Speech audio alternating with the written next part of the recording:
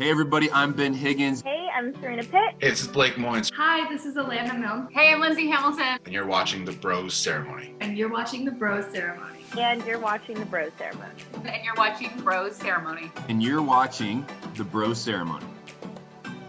This is The Bros Ceremony. Your journey's about to begin. Recapping the week that was in Bachelor Nation and previewing what's to come in the next episode with some special betting odds. Everyone can't wait to find out what happens next week. Here are your hosts, Michael the Hound Dog Harrison and Adam Scully. Will you accept this rose? Will you accept this rose? Will you accept this rose? This is the first day of the rest of my life. Hello and welcome inside episode 18 of the Bros Ceremony podcast. Adam Scully alongside Michael the Hound Dog Harrison. And Michael, one episode in, Katie, unreal. I think she's going to be a great bachelorette. What do you think? I thought it was a decent enough start. Maybe not as much fireworks as normal on these episodes. Whoa, you seem completely baffled by that, or what? I thought it was a great episode. I thought Katie was excellent. I just thought she came, she saw, she brought it. She's real. She's vulnerable. By the way, if you could guess, because I counted and wrote it down, how many times do you think the term vulnerable was used in episode 1? Great question. Well, I do know the very first guy out of the limo said vulnerable. I can't remember. His name is, I want to say Thomas or Tommy or something like that. Number of times. I'm going to say Thomas. 12 times vulnerable was said. Shockingly, only 5 times used in episode 1. I was mortified, actually. Maybe. I mean, I'm guessing once the guys are, more trained in the Bachelor verbiage, if you will, then lexicon, then they'll go on and talk vulnerability. But I mean, for Katie, she was super nervous off the hop, and with no Chris Harrison, and now that news is now official that he is off the Bachelor franchise. We'll get your thoughts on that shortly. But first, the dream team, Tayshia and Kaitlyn replacing Chris Harrison. What were your thoughts on the dream team? Well, first of all, there's not a chance in a million years Katie didn't know that those two were going to be there. I thought it was so funny. They're like, oh my God, I'm so surprised to see you. Okay, yeah, right. And I understand this is probably going to be an unpopular take. I understand that when they were like hiding behind a window or something, making comments about the guys coming out, that they're supposed to be told to, be vivacious and kind of crazy and whatever. Vivacious. I couldn't stand it. It was driving me crazy, Adam. I was just like, this is just highly, highly annoying. I thought so. But I will say, when they actually were hosting, once they got rid of every season of The Bachelor, first episode is a bunch of nonsense and craziness, and then eventually they get into the groove of things and it's normal. Once they were hosting, they were very, very good. But just the comments were just like, okay. They're a bit annoying to me. I don't know. When they brought out the popcorn and were sitting at the window, I thought that was just great, personally. Yeah, it's so cheesy, Adam. That's The Bachelor. That's cheese. No, we expect true love. We expect things to be perfectly normal. Yeah. This is a serious, serious business, finding love, Adam, and vulnerable people. Vulnerability is certainly serious. And before we get going and talk more about the episode, thank you to all who tuned in for episode 17, our return to glory, if you will, of on the Bros Ceremony, where we previewed Katie's season. Lots of great reaction from people on social media. Just ecstatic that the boys are back with the Bros Ceremony. And I mean, Katie, I mentioned this already, but she's just so real, doing those little vignettes they do off the top, I guess, where they sort of film her sort of looking in the sunset and walking around. She's like, what am I doing here? Like, how am I supposed to do this? Right. I thought that was just brilliant.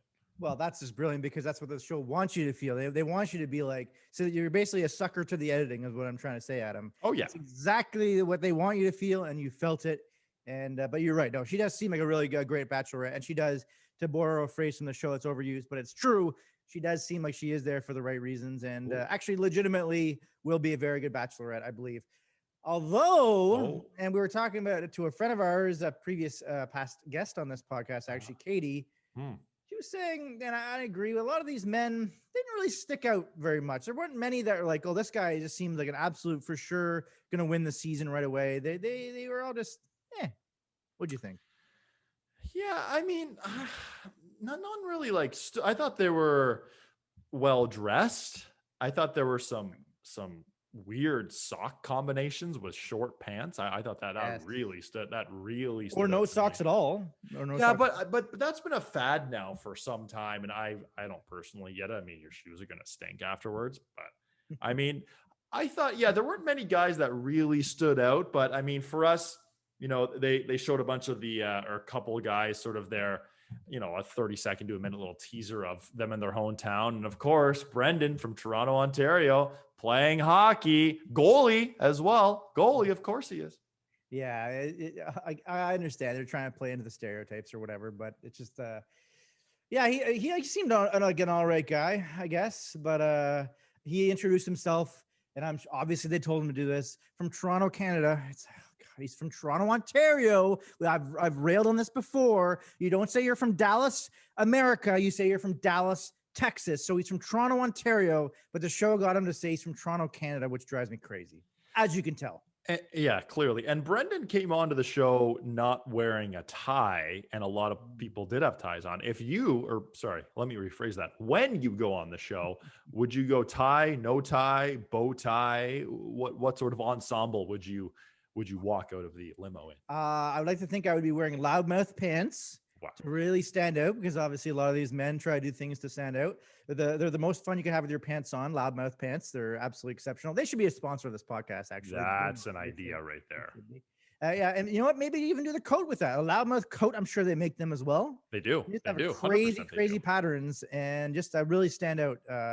Can't be, in theory, probably much worse than some of these guys who came in. There's some rather interesting characters, including one who dressed up as a cat. Yes, he dressed up as a cat. That was Connor the cat. But Connor the cat, talk about big hits. Oh my God. Katie, big cat girl. Apparently she was making out with him hard. That was so funny. Good for her. It's great. I was just like, wow, okay, I guess she likes cats and guys who dress up as cats and stuff, because she loved him big time. Yeah, so from my count, there were 3 kisses in episode 1. There was Cody the cat. There was Greg, who got the first impression rose. And then there was Justin. And I mean, I can't recall, for my 5 or 6 years watching this excellent series, 3 kisses in night 1. I mean, good for Katie. I mean, she was feeling it. And there were a couple of moments where, oh, okay. I just think that's a horrific. There's no way. I can't say for certain. There's no way there hasn't been more than 3 kisses on night 1 before. But a chance there hasn't been way more than that. Yeah, I think it's a really, really poor take. If you guys are watching this right now and you know the answer, because I know there are some fans who know so much about the show, you tell us. I'm guaranteeing you there has to have been more than 3 kisses on night 1. I thought there's generally like 1 or 2, maybe 2 at the most. I think it's a horrible take. You misremembered there, Adam. I may have misremembered that, but one more thing on the dream team, Kaitlyn and Tayshia, vulnerable, before we go on. There were a couple of moments where Courtney or any of the guys would walk in, say their spiel and walk off, and Katie would give the wave or to the window. I thought that was hilarious. Yeah, no, Katie's good. No, for sure. She's good.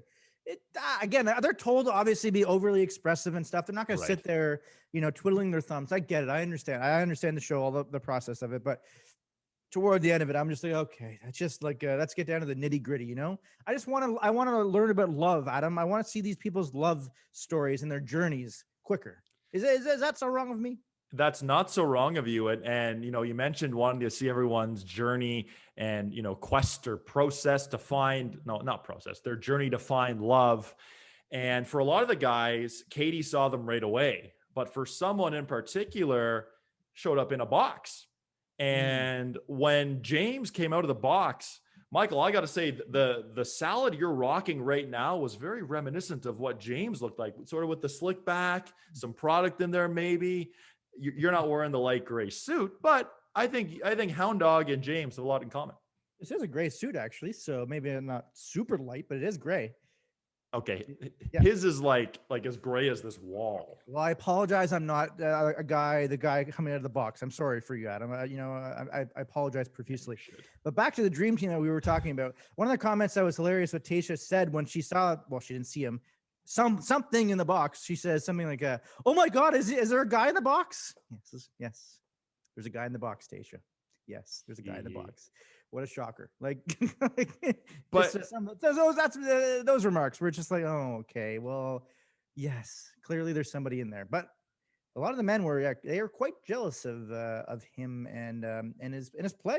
How long do you actually think he was in that box? I was just going to ask you that very question. I mean, it looked like they didn't show any exit interviews after the actual episode was finished or when people were sent home. So it looked kind of bright through the window. Through one of the windows, you could sort of see daylight. I'm Sherlock guessing Holmes over here. I like it. What's that? Sherlock Holmes over here. I like it. You know what? I love to investigate.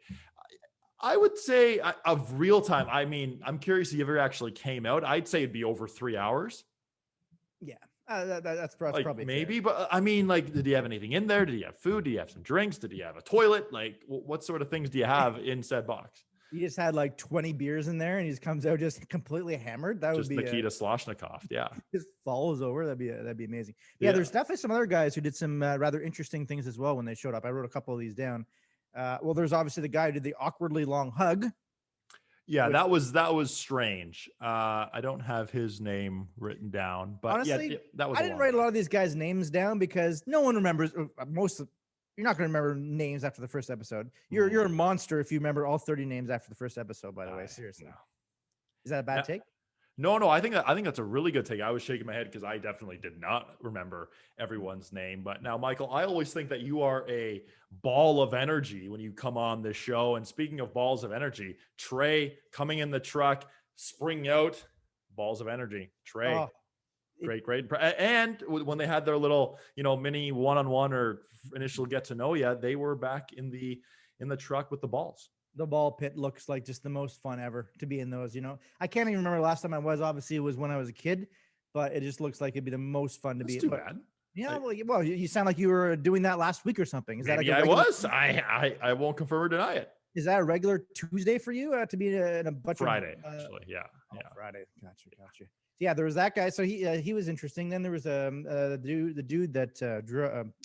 Apologize for that. I had lost my train of thought, like Brooks Koepka talking about Shambo, timely reference. The guy who had a blow-up doll that he Cody. Yeah. Man, you do know all these names. You are a monster, Adam. Confirmed. Posts my blog. Adam Scully is a monster. Well, it was hilarious when he goes in, and obviously he's going back. He has this whole spiel set up about quarantine, how it's been long and things have been lonely, and he has to do things to pass time. And of course, when Katie walked, okay, let's everyone stop what we're doing here and marvel at Michael's hair. Man, the back here is just crazy right now. Oh, it is just wild. Sorry, I apologize. That was a brief intermission for you. Wow. Okay. Well, that just happened. Yeah, you take a sip of that drink. That is going everywhere on social media right now. Yeah, Cody. So, I mean, going back to it, Katie showed up to Matt James' season, obviously, with her toy, and Matt James was flabbergasted by that, and some guys spoke about that or made sort of jokes or puns, if you will, about that, like Quartney, I think I pronounced that right. Yep. Which he was pretty funny. He said like 10 straight words that all had QU in them, sort of talking to Katie. I can't remember. At the end, he said, "My tongue could go on for hours." And then that led to Katie doing that move to. Did I watch a different episode than you? I think you watched. Yeah, I think you watched Claire Crawley season. I don't remember that. I do remember him, obviously, Courtney of the Q. I definitely remember that, but I don't remember him using 10 consecutive words with a QU in it. That's a bold play, and I like it. You might as well just lean into that. Yeah, I don't remember that at all. I do, however, remember some guy saying something about he had like a genie or something, and we could rub one out together. Some of these guys were, they were just obviously leaning in on the whole, she had a vibrator last season or whatever, and there's some decent puns. Yeah, some really good puns. I mean, for the guys, they've had time to, be in lockdown and come up with something. I'm still curious. I still think the Bachelor franchise should give the Bros Ceremony team some sort of inside look in, some inside baseball, maybe sit in on an episode, sit in on set, get some exclusive interviews, because we want to, know the backstory about how, these initial intros happen. I know, like, when James joins us on the Bros Ceremony, whenever he is eliminated, unless he goes on to win the whole thing, or win Katie's heart, I should say, then we'll have to discuss how he decided that he'd be, coming out of a box, or how Hunter decided to rip off his underwear in front of Katie. I mean, things were going on in this episode that were just off the hook. And then there's the one guy, I didn't write his name down, who went into his RV that clearly wasn't cleaned. I mean, Michael, you have a very clean apartment yourself. I haven't been there in about a year or so, but from my last memory, it's always been very clean. Yeah. I mean, bringing someone on national television, I don't know about that one. That was very, it's a very bold play. Hey, I guess the point he was making essentially was, because he said something like, "This is the cleanest it's ever going to be." It's like, if you can't have me in my, was it worst, you can't have me at my best type of, that was his play anyway. And the play completely backfired, and I'm almost certain she got rid of him. That was that. I think, yeah. There are two guys with sort of hockey hair, sort of longer locks, if you will, kind of reminiscent, not quite your hair, because your hair has some real definition to it, and some volume, vivaciousness. You mean, yes, some vivaciousness to it. But a couple other interesting guys that came to me, of course, every season there seems to be, someone who shows up, who's a father or a mother, and Michael, 36 years old, has a I'm 35. Oh, I thought you meant me. I thought you were trying to age me. I was like, what the heck? No. Michael, who is 36 years old on the show. It's not all about you, Michael. It's about Michael, who's on the show. 36 years old, 4-year-old son too. Pretty cool. Yeah. From my, if memory serves me right, at least that we know of so far, he's the only one, I think, that has a kid on the show. I think the only one. So he's the only one who has a child or a son who gets the FaceTime every day, which is awesome. And then there's Mike, who is a virgin. Yes, obviously, in the preview for the upcoming season, of course, which no show is as good as, we've said this before. No show is as good as the Bachelor series franchise at pumping the season up and making these teases look amazing and stuff. So yeah, obviously, I was gonna say tears were cried, tears flowing, crying, tears were shed. That's it. Tears there were you go. shed. Okay, we found it. Got to it eventually. There about 11 takes. We're there. Yeah. And yeah, it looks like obviously that's going to be a storyline at some point, which, it just feels like the show probably is like, you must tell her that. You're not going to be on the show unless you tell her that. Doesn't it almost feel that way? Like if he actually was a virgin and didn't want to say anything, he wouldn't be on the show at all, which is but it was sort of, in that initial preview off the start of the show, when they showed 3 or 4 guys, like I mentioned earlier, it was like the 7th word out of his mouth. Like it was just sort of, okay, like it's a part of your story, but you don't have to make it the focal point of your love story, right? I would love to know, someone can do the analytics on this. How many times has the eventual winner been shown in the first 4 or 5 people off the top like that? Like, how many times is it? I'm assuming it's probably only been like 20% of the time. Maybe they wouldn't want to give away the winner. Well, I remember there was something that hasn't happened recently, I don't think, where the first person out of the limo. Yeah, I read something about that. Yeah. So if that's the case, Thomas, winner, chicken dinner. And now, he said he was going to be vulnerable, right? So there you go. Was he, by the way, one of the sweaty men? That was one of my takeaways. Yes. They were all like, their beads of sweat on their foreheads. It was like, when you saw the first guy do it, it's like, oh, okay, that guy's sweating a lot. Then it's like every successive guy after that. How freaking hot was it there? Well, you know what? It's funny you mentioned that, because Katie looked cold. Like outside, it looked cold. Whenever anyone's outside, they were, they had the jacket. They gave her the jacket. She was bundled up, sort of thing. But inside, I wonder if it was the lights. I wonder if it was the drinks. I wonder if it was a combination. But he was drenched. Yeah, that's a good call. It probably was the lights. And also, I think it was around the time when she did her cheersing, when all the men came in and she was like, hey, here's a toast or whatever. Again, another relatable moment that she said she hadn't planned a toast or something along those lines. Did you notice? And the unheard very first episode we ever did of the Going for Broke podcast, which she did a few years ago, we never actually posted this episode. I'm glad we didn't. there was I had ice cubes in my drink, and and because there's a microphone, the ice cubes were jangling like crazy, and it was super annoying. Right. And that's what happened with Katie this episode. She had ice cubes in her drink, and it kept jangling, and which is a great word, by the way. And I was like, oh my god, like make it stop! It's so annoying, the sound. No, Is it jangling or jingling? jangling. I've never heard that.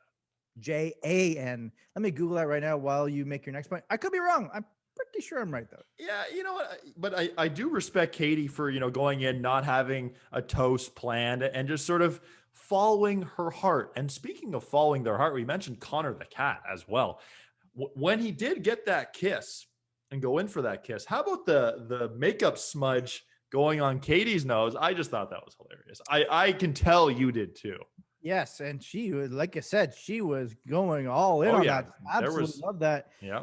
Hey, good for her. She was and good for him, obviously. Now my next thought is going forward in these episodes, I'm assuming not going to be looking like a cat every single time. So will the luster be off after the makeup literally comes off? Only time will tell. By the way, jangling, make or cause to make a ringing metallic sound, typically a discordant one. So a bell jangled loudly. So yeah, basically it means yes. So jangling is a word. I taught you some English there today, Adam. See, and that, there are a lot of unbelievably incredible things about the bros ceremony. But one thing is, every episode, all of our audience gets to learn one new word from Michael the Hound Dog Harrison. I think we should make that a new segment on the show. Just, we have a little, get it sponsored by dictionary.com or something, and we'll get them to, you'll spiel a word out and we'll make millions that way. I think it's a good idea. The segment could be called Word Up. And then we just there it is right there. There it is right there. The creative juices are flowing here, Adam. So there we go. That they are. But in episode 1, Greg took home the first impression rose. He came out, seemed pretty nervous. He was sort of in his head a little bit. And I think Katie could tell. Greg had 8 nieces and nephews, I believe he said, gave Katie the necklace made of noodles, pasta. I want to say. Yeah, pasta. By the way, it's not gold. It's not gold. Yeah, really? Thanks, man. What were your thoughts on Greg and Greg getting the first impression rose? I really wasn't sure because she said earlier in the episode she doesn't have a particular type or that she doesn't necessarily go for looks. And because he was overly nervous and she made a point of that, it could have, of course, gone one of two ways. She could have been like that. He's vulnerable. I like that. Or she could be like, this is a turnoff. He's not actually confident, because I believe one of the men in the show asked her, like, do you like confident men? What kind of question's that? I can't imagine someone not liking someone confident. I'm not saying cocky or arrogant, but I'm just saying I can't imagine someone not liking someone confident. So I thought it's possible that she may be like, oh, he's not very confident. But no, he did truly seem like a really cool guy, a really nice guy. And first impression, I thought it was going to the cat guy. That's who I thought the first rose. Yeah, I thought it was going to the cat guy because, Justin got the first kiss, but there didn't really seem to be that much chemistry. It just sort of, that we saw as the audience anyway, my opinion. But then, yeah, it seemed like Connor the cat had some great chemistry, if you will, with Katie. And then, Greg asked for the kiss too, which... Yeah, it's not the greatest play probably ever. Not that I have much experience. I couldn't tell you if that's a good play or not, to be honest with you. So that's right. That's right. Now, Michael, before we give our 3 picks for the season, because I know everyone's on the edge of their seats with the betting lines, we're each going to unveil 3 picks, 3 of our favorites coming up this season. At the end of the episode, of course, they showed a big season preview of what's to expect. How many tears are we going to see? Are we going to see blood, an ambulance, etc.? Always an ambulance, every time. Yes, but you know what, Michael, as you know, I tend to spoil a lot of things. Spoiler alert, sometimes I spoil, information that, like I did, telling you that Zach won Tayshia's heart and they're engaged. I text you that information. But there is someone who will be coming onto the show who may or may not have been a guest on the bros ceremony. If you haven't seen the preview, I won't spoil it, but Michael, this is going to be pretty big. Do I count as a guest from the bros ceremony? Did you spoil to everyone that I'm going to be on the current season of The Bachelorette? Only time will tell. Yes, they did show that in the preview that it's not me. Spoiler alert. I'm not on the show. And yes, Nice and again, as I said earlier, the preview of the season looks absolutely off the chain, but they always make it seem like that. There was interesting to me. They didn't have usually they have like a final rose or like a proposal shot of something right at the end of the season. That's crazy. Ooh. They did not, however, have something, which is not a spoiler at all, but they didn't have some crazy thing at the end of the season, which they normally do. So who knows what that all means exactly. But yeah, I do have my three guys. Also, we did mention briefly that Chris Harrison, I don't want to forget about that, will no longer be on the show. I think he got a massive cash settlement to not talk about the show, and basically, what's that term? No, not a no compete clause, something like that. Anyway, no disclosure or whatever. Yeah, you know what yeah. he won't be in the show. So certainly, I'm sure the show will be fine. Like I said, the two Tayshia and Kaitlyn were totally fine as the hosts. I thought they were really good. So I'm sure it'll be fine, but it still did feel a bit weird. It felt weird, especially right at the end when they sort of said it together, Katie, final rose tonight when you're ready. You sort of think like it was scripted. Mm-hmm. And I'm curious if that took any extra takes, but I mean, that's the Chris Harrison that we saw for years say those very lines. It's crazy. Yeah. I believe it was 19 years he was in the show. So obviously synonymous. It's like if Survivor, Jeff Probst were to leave Survivor, you associate the show with that host because that's the only host you've ever seen. So it will take a little bit of time to acclimate, good word, to the new hosts, but I think they're up for the challenge without question. Yeah, looking forward to seeing what the dream team of Kaitlyn and Tayshia can bring. But yes, of course, 8 p.m. Eastern tonight, we will see where Katie's heart is leading her early in the season. 22 guys remain.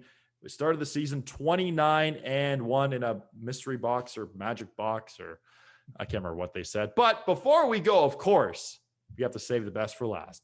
3 men. Each of us, we're going to go 1, 1, 1, 1, 1, 1. I think, was that 3? I think that was 3. Sure. So with the first overall pick, Michael.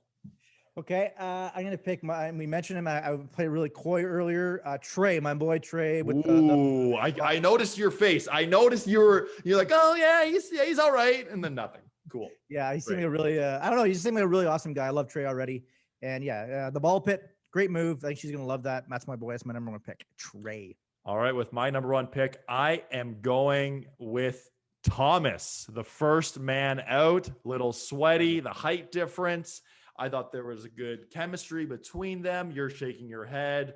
Might be a little biased with that one, but Thomas is my first overall pick. Well, I'm glad you didn't pick mine because I only have 3 names written down. If you'd have picked the other 2. As do I. So I'm really curious where this is going to go now. My next one is, I believe his name is Andrew. He's from Vienna, the football player who did the fake British accent. Love that guy. He is my number 2 pick. Bang.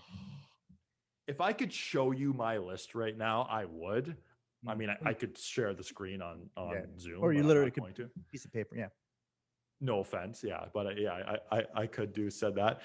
Andrew, I also had Andrew S on my list. Nice. Fake I mean, got to give him credit because that was a pretty good accent.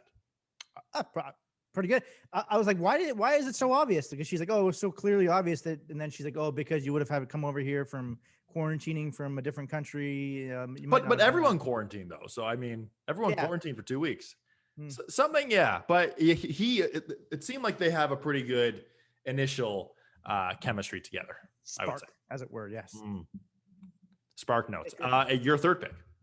Well, no, but you have to pick your second. Oh, we're picking. My second guy also was Andrew. I wrote him down. I have it right here. You can't pick the same pick. Oh, fine. Okay, fine. Okay, fine. I'll pick. You know what? I don't think he's going to win, but someone who I think will go long in the season. Greg, one that got the first impression rose. I mean, I like Andrew more, but I'll go Greg. Can I be in like some sort of sports league where you're the GM and I'm a rival GM of yours? I don't think this guy's going to win, but with my second pick, I'm going to pick a guy who I don't think is going to win. Interesting play. Well, it's almost like the Bachelorette each way play. Like if you get like top 3. Yeah. I'm okay. So then my third pick is going to be the box guy, James. That's going to be my third pick. Ooh, nice. Okay. So does James have a bit of an accent, like Georgia or something? It seemed like there was some sort of southern drawl, maybe, perhaps. I thought maybe from like Boston. Maybe. Something like that, maybe. Maybe. I do have you pick your pick. I'm going to go through the cast here because I did have that pulled up just in case we were to talk about. He's from La Jolla, California. Oh, okay. So he's close to La Jolla. So that's close to Torrey Pines. Exactly. The U.S. Open coming up this Thursday. Let's go. This Thursday, you can only see 13 hours of TV coverage starting Thursday, Friday. How are you? I can't wait for that. My last pick, and there's an immediate vibe between these two. He didn't ruffle any feathers when he walked into the house, but people are giving him some weird looks. Connor the cat guy. It has to be. Connor the cat. I mean, for him, you made up for your pick. You made up for your bad second pick with a good third pick. Right. I did have Andrew down as well, I must say. But because you won, well, I mean, this is another debate in itself, because you finished ahead of me in our pool last season. Having said that, I picked Rachel to win. So I gave you the first overall pick. You don't win the Stanley Cup by winning the President's Trophy for the best team in the regular season. That's right. I won the whole season over you, so therefore I win. Bang. That's right. Well, I mean, Michael, I think that metaphor completely failed because she actually won the cup. In theory, Rachel won because she won the playoffs essentially. So my metaphor completely failed there actually. Well, but they're not actually married. They're just yeah, but they're back together. You basically won, but yeah, I don't know. I deserve the first pick because I'm older than you. There you go. How about that? You're older or bolder or both. Never know. Well, Michael, 8 p.m. Eastern tonight, episode 2 of this season of The Bachelorette. As always, we'll be back next Monday for a full recap of the week that was and a preview of that night's episode. Looking forward to seeing what happens with Katie. She was extravagant in episode 1. Looking forward to seeing the dates because, of course, the big first group date. Who's going to get that first one-on-one? Tonight, 8 p.m. Eastern. Stay tuned. Watch The Bachelorette. And then, of course, watch us here on the Bros Ceremony. Subscribe to us on YouTube. Follow us on Twitter and Instagram. The works. We'll be back. We'll be posting clips sporadically throughout the week. If you happen to miss our show, our full link to our show is in our Instagram bio as well. Tune in there, whether you're in Saudi Arabia or Nunavut or the Yukon, or you're Phil Mickelson and hitting bombs. Maybe you just want to see the Bros Ceremony. Michael, before we sign off, any closing words? I really thought you were ending off there. So did I. I thought it was too, but I was kind of running out of breath. So I wanted to. My closing words right now will be, I have no closing words. How about that? That's something. So if you have no more closing words, I have no more closing words. It's been another fun one. Episode 18 of the Bros Ceremony in the books. For Michael the Hound Dog Harrison, I'm Adam Scully. We'll see you next time right here on the Bros Ceremony.